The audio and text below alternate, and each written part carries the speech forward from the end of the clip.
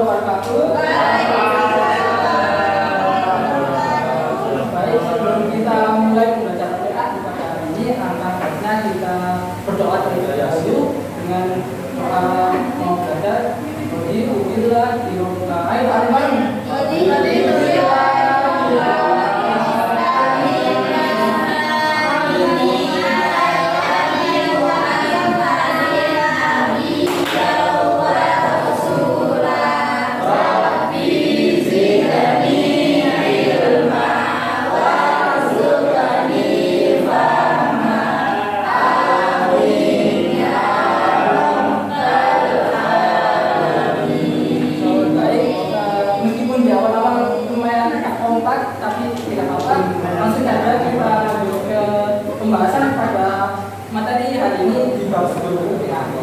Tentang penyayang binatang dalam syariat penyembelihan. Baik, di dalam pembahasan kali ini kita di poin pertama yaitu terkait ketentuan penyembelihan hewan. Lalu di dalamnya kita akan bahas poin pertama yaitu tentang ketentuan orang yang menyembelih. Yang kedua, ketentuan hewan yang akan disembelih. Lalu poin yang ketiga, ketentuan alat penyembelih. Lalu di poin terakhir ketentuan penyembelihan hewan yaitu ketentuan penyembelih.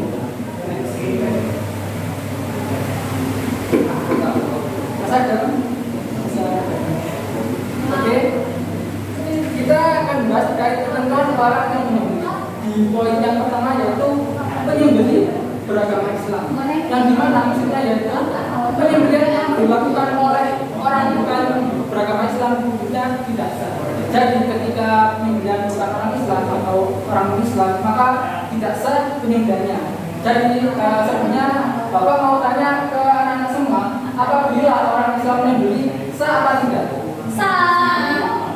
Ya salah. Kan sudah dijelaskan penyembelihan beragama Islam. Ketika non Islam maka tidak sah penyembelihannya di dalam Islam. Oh, tadi Bapak tanyanya orang Islam yang menyembelih. Iya. Orang Iya. Salah. Saya ulangi lagi deh. Gak fokus pertanyaan saya. Maaf ya. Saya ulangi pertanyaannya. Ketika orang Kristen menyembelih sah atau enggak? Enggak. Kristen juga. Menyembelih. Oh, sama seperti Oh iya, kalau orang Kristen menyembelih orang Islam maka tidak sah penyembelihannya. Oh. Lalu ketika Konghucu menyembelih orang Islam sah apa enggak? Ya enggak lah. Oke, anda tidak benar semua, alhamdulillah. Langsung saja kita lanjut ke poin yang kedua, yaitu menyembelih dengan sengaja. Seorang menyembelih harus dalam keadaan sadar dan sengaja menyembelih. Jadi ketika kita itu mungkin melindur, tiba-tiba menyembelih itu sah apa enggak? Enggak. Oh, ketika memacu enggak saya. Enggak sah, karena keadaan tidak sadar. Lalu ketika kayak pegang pisau tiba-tiba tidak sengaja jatuh langsung menyembelih gitu. Sah apa enggak? Ya itu. Itu makanya tidak salah mustahil. Enggak. Buat pengajar gitu ya. Oke, bisa fokus lagi ya. Selanjutnya itu ke poin yang ketiga yaitu menyembelih balik dan berakal. Yang dimana maksudnya yaitu tidak sah sembelihan orang yang belum balik dan orang yang akalnya tidak waras. Jadi ketika anak kecil menyembelih tidak sah apa sah? Karena apa? Saya belum balik. Selanjutnya ketika orang yang SDK boleh menyembelih sah apa enggak? Enggak sah. Enggak sah. Iya. Karena apa? Gila. Ya, benar. Alhamdulillah pintar anak di sini. Selanjutnya poin yang terakhir yaitu menyembelih membaca basmalah. Selain membaca basmalah, penyembelih juga disilakan membaca sholawat. Dan ketika kita itu mau menyembelih itu dianjurkan untuk membaca basmalah dan membaca sholawat. Ada yang bisa mencontohkan mungkin basmalah lalu sholawat? Kalau soal boleh nggak? Boleh, karena yang syaratnya itu orang perempuan boleh asal tadi balik terus berakal. Berarti bukan itu sendiri begitu.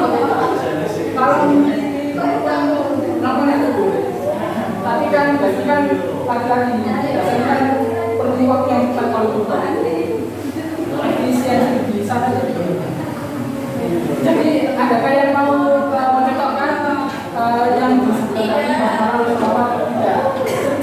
Oke. Mungkin tidak tertarik. Kita lanjut ke poin selanjutnya. Selanjutnya yaitu kita akan membahas tentang ketentuan hewan yang akan disembelih. Di ketentuan hewan yang akan disembelih yaitu ada 2 poin, yaitu yang pertama kita akan membahas tentang hewan dalam keadaan masih hidup. Di sini dimaksudkan yaitu tidak sah hukumnya menyembelih hewan yang sudah mati, adapun hewan yang sakit, tercekik, terpukul, terjatuh, ditanduk oleh binatang lain atau yang diserang binatang buas apabila kita mendapatkan hampir mati atau masih hidup. Lalu kita sempat menyembelihnya sebelum matinya, maka hewan itu boleh dimakan. Jadi ketika hewan itu mungkin tertabrak oleh kendaraan atau diserang oleh hewan liar lain kayak macan, ketika itu masih ada kesempatan hidup, kita menyembelihnya itu boleh. Lalu di poin yang kedua yaitu hewan tersebut termasuk hewan yang halal. Yang di sini, halo, hai, ayo perhatikan semuanya. Selanjutnya itu hewan tersebut hewan yang halal. Yang di sini dimaksudkan hewan yang halal konsumsi seperti katak, babi, anjing dan sebagainya. Ada pendalaman di anjing, kenapa mas? Kok ada pendalaman di kata-kata anjing? Oke, kita balik lagi. Hewan yang harus dikonsumsi seperti katak, babi, anjing dan sebagainya tidak sah disembelih. Hewan yang diperoleh melalui cara haram juga tidak sah disembelih. Jadi kita itu tidak boleh makan suatu hal yang tidak ditentukan dalam Islam. Sepertinya kita kan ini diperbolehkan kan makan ayam, sapi, kambing gitu. Lalu ketika kita mau menyembelih katak, babi, anjing itu tidak boleh karena tidak sah. Lalu dalam mendapatkannya itu harus melalui yang halal, tidak boleh yang haram. Ketika kita beli ayam atau kita ikan menggunakan uang judi, itu hukumnya apa? Haram. Lanjut, kita bisa lanjut ke slide selanjutnya.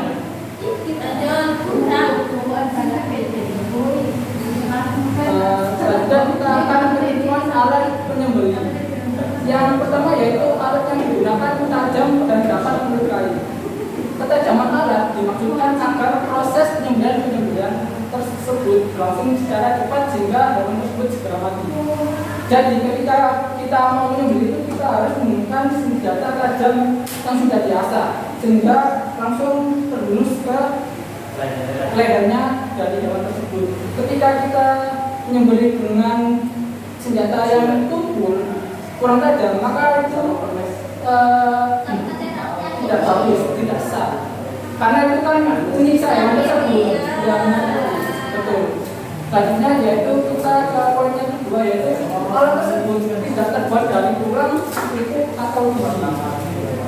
Jadi dimaksudkan yaitu berdasarkan hadis Rasulullah SAW. Riwayat Bukhari Muslim, kita tidak diperbolehkan menyembelih menggunakan alat yang terbuat dari kuku, gigi dan tulang.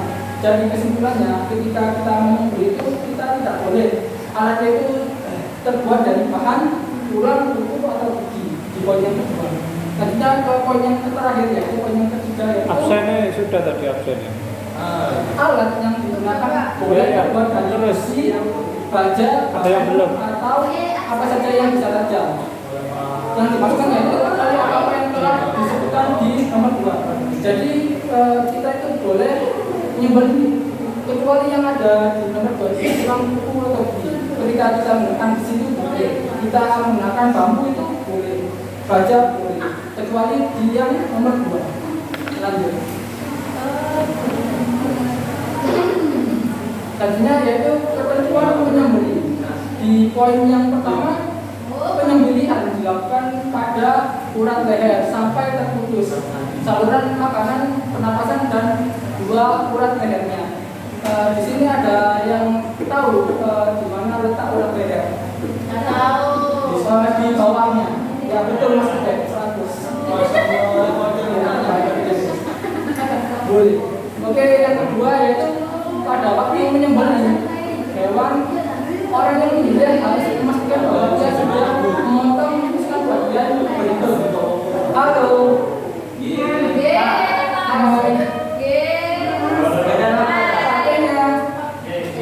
Halo.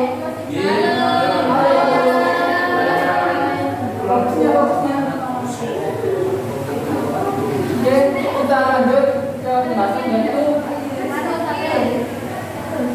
memutuskan bagian-bagian yang pertama tenggorokan atau saluran pernapasan, yang kedua saluran makanan, yang ketiga dua urat leher.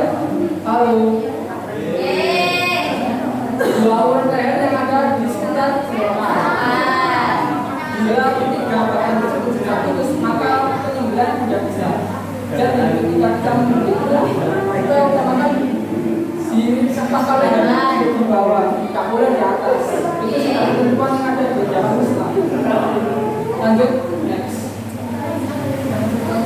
Selanjutnya kita akan membahas terkait tata cara penyembelihan hewan. Di sini ada 4 poin yang akan kita bahas, yaitu yang pertama hal-hal yang sunnah, yang kedua terkait hal-hal yang makruh, yang ketiga terkait penyembelihan secara tradisional, lalu yang terakhir yaitu penyembelihan secara mekanik atau modern. Lanjut. Poin pembahasan yaitu hal-hal yang disunahkan dalam penyembelihan hewan. Dalam proses penyembelihan ada hal-hal yang disunahkan, yaitu yang pertama mengasah alat penyembelihan setajam mungkin untuk mengurangi rasa sakit pada hewan. Jadi ketika kita itu mau menyembelih, kita itu pastikan kita asah terlebih dahulu alat tersebut, sehingga itu ketika kita mau menyembelih hewan tersebut, kita itu langsung bisa mudah dalam menyembelihnya. Yang kedua yaitu kita menghadapkan hewan sebelah ke arah kiblat.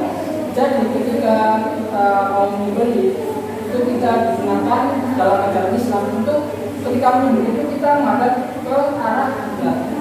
Selanjutnya yaitu poin yang ketiga yaitu membaca basmalah atau asma Allah Subhanahu wa taala.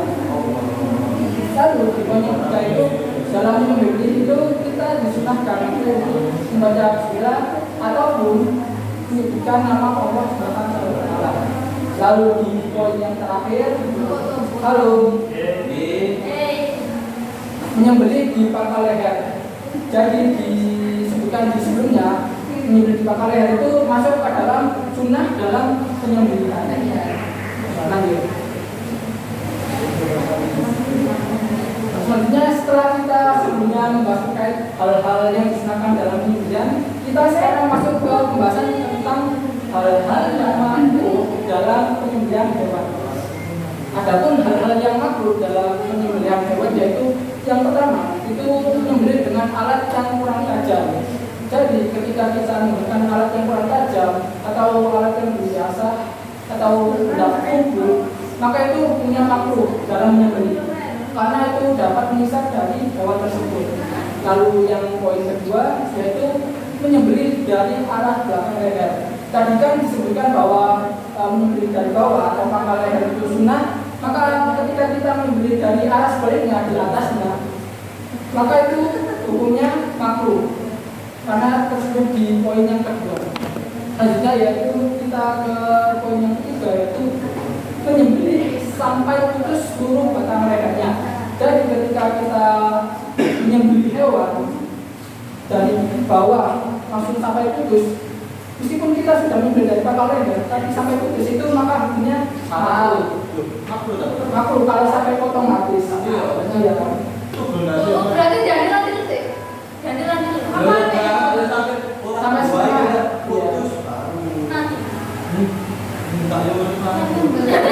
Kita menyembelihnya itu disunahkan dari bawah pangkal leher sampai separuh, sampai terputus dua uratnya tadi yang dosa namasa. Ya. Kalau ketika kita menyembelih sudah dari bawah tapi sampai putus itu maka hukumnya makruh. disebutkan di poin 3. Belum mas. Belum mas. Atau Oke, kita ke poin yang terakhir, yaitu menguliti dan memotong bagian tubuh sebelum hewan itu benar-benar mati. Jadi ketika hewan itu sudah sendiri tapi belum sepenuhnya mati, lalu langsung kita kuliti, maka itu punya makhluk. Itu kan termasuk kayak bisa juga. Maka itu punya makhluk. Oke, lanjut. Setelah kita membahas tentang zina dan makhluk dalam penyembelihan, kita lanjut ke tata cara penyembelihan secara tradisional. Di tata cara penyembelihan secara tradisional, cara penyembelihannya tradisional adalah sebagai yang pertama, halo. Hai. Di poin yang pertama yaitu menyiapkan sebagai penanda. Ketika kita itu mau menyembelih di dalam cara tradisional itu kita itu harus mengkedul mengkedul tanah.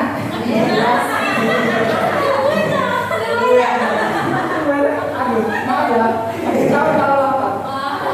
Jadi di dalam cara tradisional itu ketika mau menyembelih itu kita mengeruk atau mengeruk dari tanah kembali ya.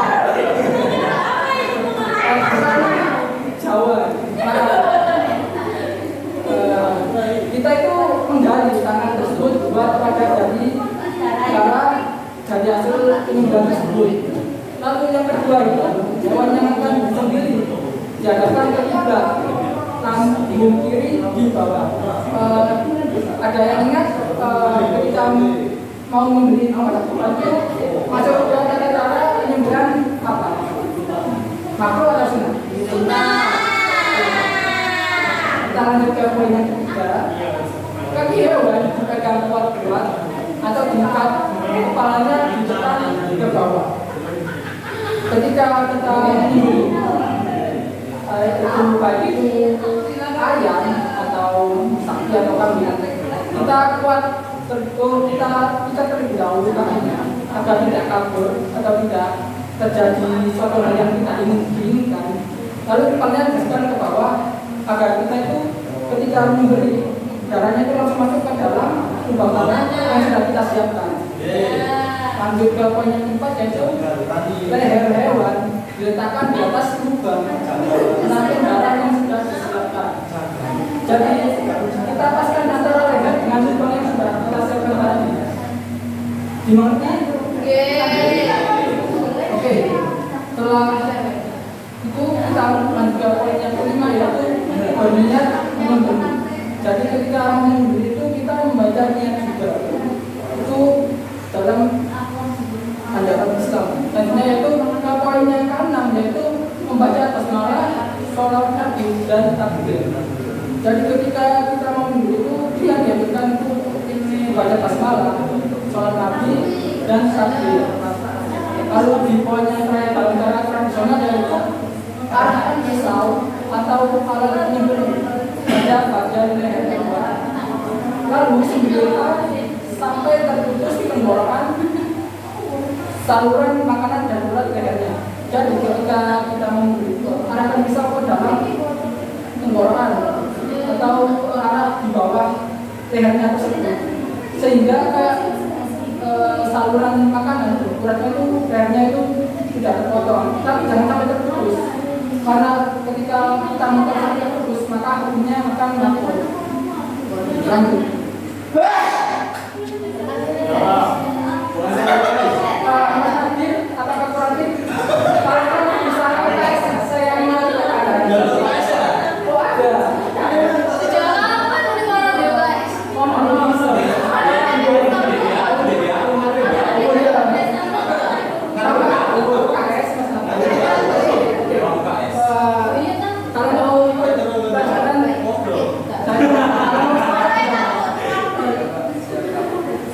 Oke, kita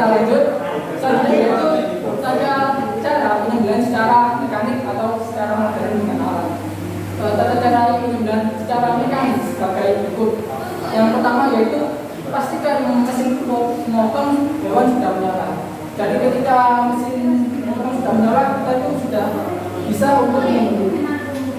Maka dari itu ketika kita mau menyembelih, kita harus hidupkan. Kalau bisa hidupkan, gimana cara memotongnya? Oke, selanjutnya yaitu kalau poin yang kedua yaitu siapkan siapa yang bisa menyembelih.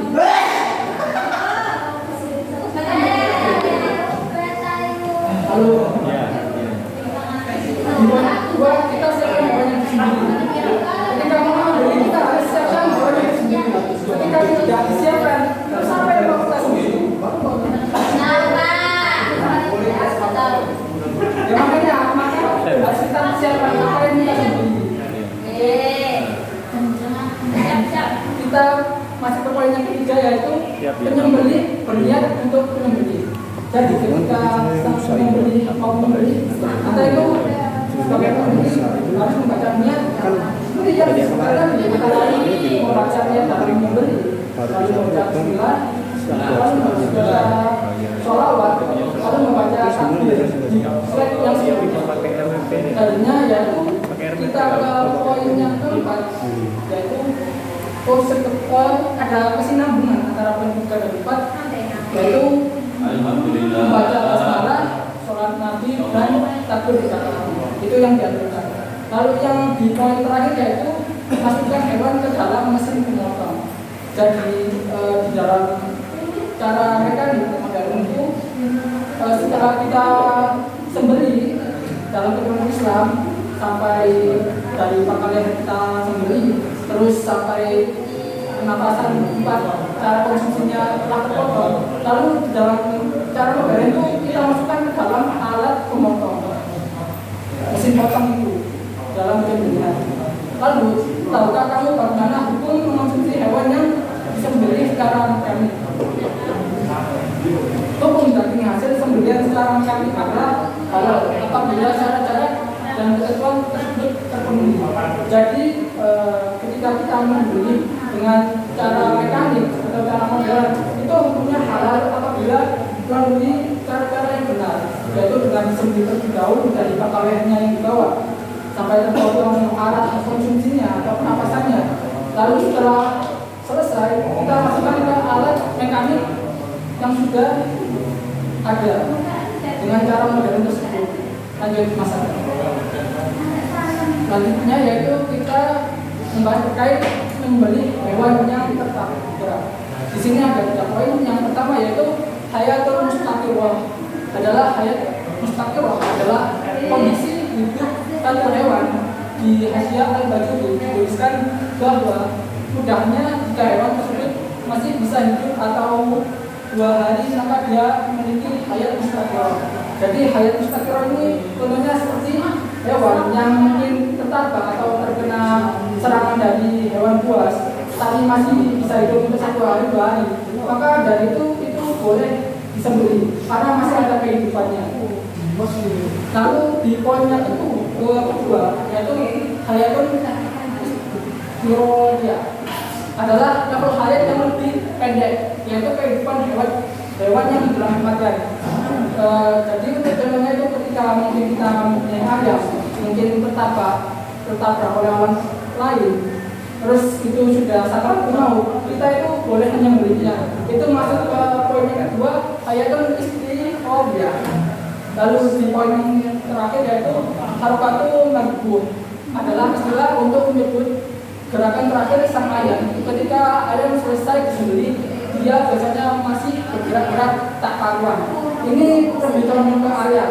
Ketika ayam itu disembelih, terkadang itu masih ada gerakan yang tak karuan. Itu lebih familiarnya di ayam. Lanjut. Jadinya yaitu menyembelih hewan yang tertabrak.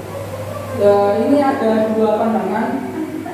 Yang pertama dari pandangan Imam Syafi'i, jika hewannya tertabrak ada kemungkinan meninggal, tidak boleh disembelih. Hukumnya sama dengan menyembelih bangkai. Jadi menurut Imam Syafi'i, jika hewan itu tertabrak terus meninggal, kita itu tidak boleh menyembelihnya, karena itu sama saja dengan kita menyembelih bangkai.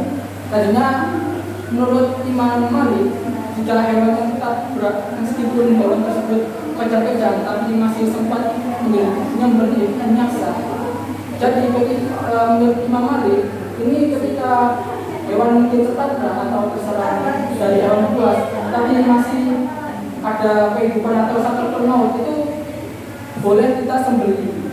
Itu sama kayak di poin sebelumnya, di poin yang kedua. Lanjut Mas. Selanjutnya yaitu kita akan membahas terkait menerjang sesuatu yang haram dalam kondisi darurat. Para fuqaha lainnya mengungkapkan kaidah al-daruratu tubihu mahdhurat. Artinya keadaan darurat memperbolehkan sesuatu yang haram.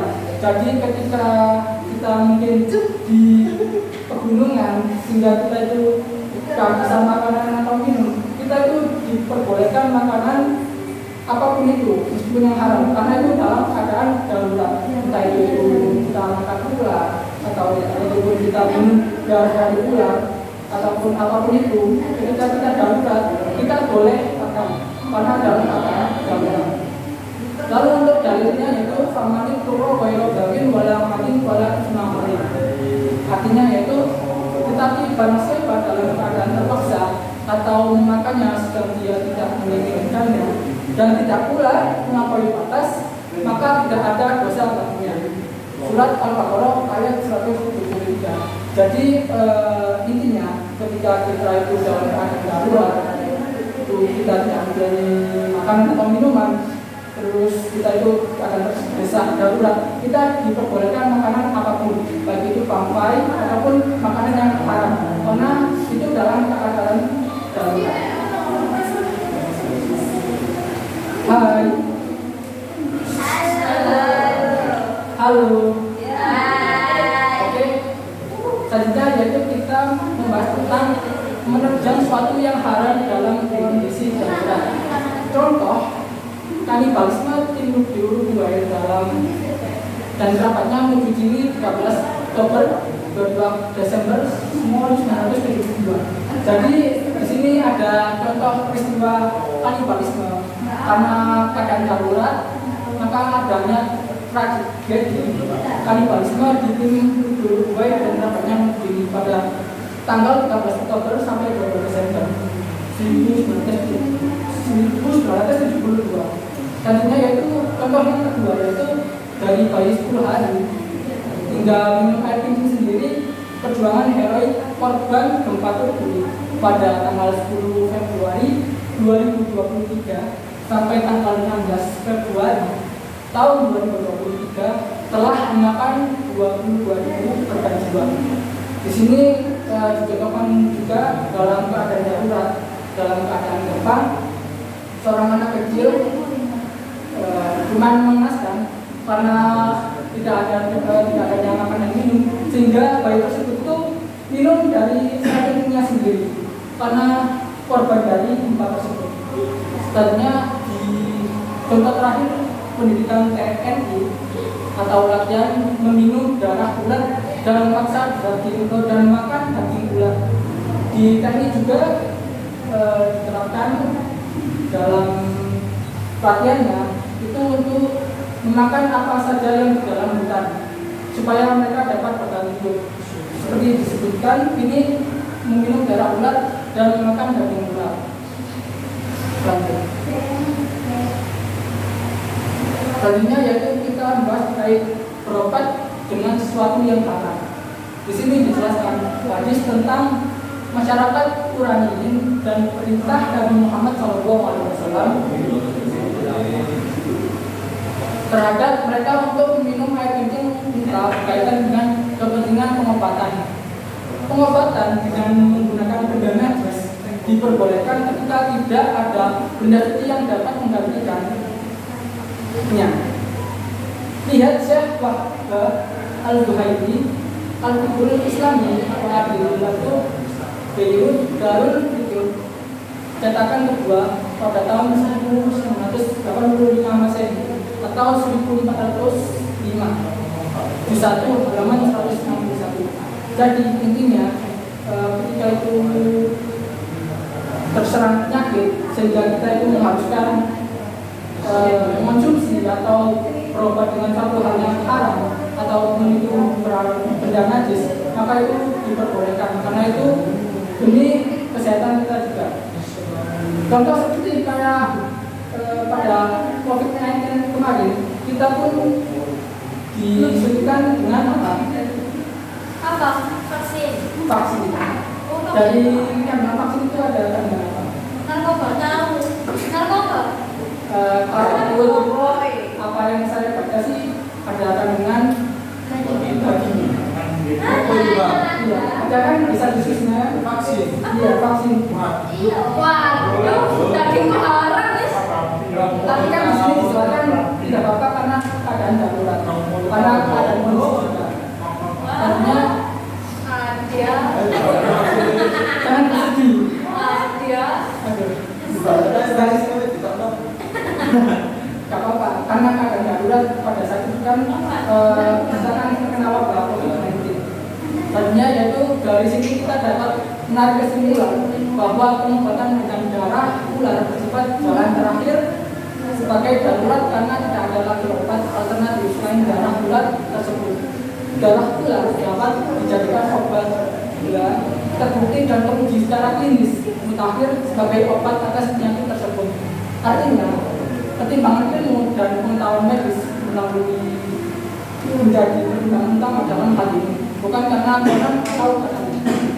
Jadi ketika kita tidak ada dana akhir, sehingga kita harus melakukan hal tersebut karena terpaksa itu diperbolehkan. Seperti yang disebutkan dalam poin tadi. Selanjutnya yaitu kita akan membahas terkait hukum makan berhijau. Dari An-Nu'man bin Bashir radhiyallahu anhu, dia berkata bahwa dia mendengar Rasulullah sallallahu alaihi wasallam bersabda,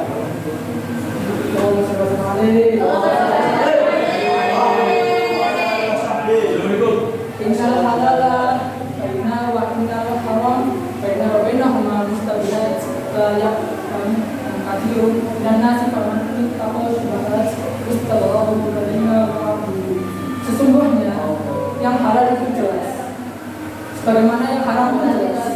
Di antara keduanya terdapat syubhat yang masih samar-samar yang tidak diketahui oleh kebanyakan orang. Orang siapa yang menghindari diri dari syubhat, maka ia telah menyelamatkan agama dan kehormatannya. Hadis riwayat Bukhari nomor 2051 dan Muslim nomor 1599. Di sini ada yang tahu apa itu syubhat? Tahu. Gak jelas halal sama haramnya. Iya. Sebagai suatu hukum yang dimana tidak tahu mana halalnya mana haramnya, maka itu disebut syubhat. Jadi makan itu sama dengan syubhat. Ketika kita menemukan sesuatu yang syubhat, maka alangkah baiknya itu kita tidak melakukannya. Dengan tidak melakukannya kita sama saja dengan menyelamatkan agama dan kehormatannya. Ada mungkin yang dari anak-anak mau mencontohkan dari syubhat ini? Yang tidak iya, untuk keting ini ada dua pendapat, ada yang mengatakan halal, ada yang mengatakan haram, ada yang mengatakan makruh. Maka dari itu karena banyaknya pendapat itu, alangkah baiknya kita itu menyelamatkan diri dengan tidak memakan tersebut, karena itu sudah baiknya. Tadinya yaitu memilih makanan dan minuman yang halalan sebaliknya. Di sini ada dari surat Al-Baqarah ayat 168. Bismillahirrahmanirrahim. Ya ayyuhan nasu kulu mimma fil ardi halalan thayyiban wa la tattabi'u khutuwati syaitan innahu lakum aduwwun mubin. Yang artinya, wahai sekalian manusia, makanlah yang halal lebih baik dari apa yang terdapat di bumi, dan janganlah mengikuti langkah-langkah setan. Sesungguhnya setan adalah musuh yang nyata bagi kalian. Surat Al-Baqarah ayat 198. Di sini yang dimaksudkan halal yaitu halal zatnya, halal cara memperolehnya, halal mengolahnya atau menyebutnya, dan tidak terkena najis. Lalu untuk thayyibah sendiri dimaksudkan yaitu baik untuk kesehatan dan makanan yang fresh. Jadi makanya fresh itu bukan pakai fresh menyembelihnya pada saat ini. Lanjut. Terima kasih. Oke, mungkin dari yang lain ada pertanyaan mungkin. Ya, insya Allah Pak. Ada? Sudah harus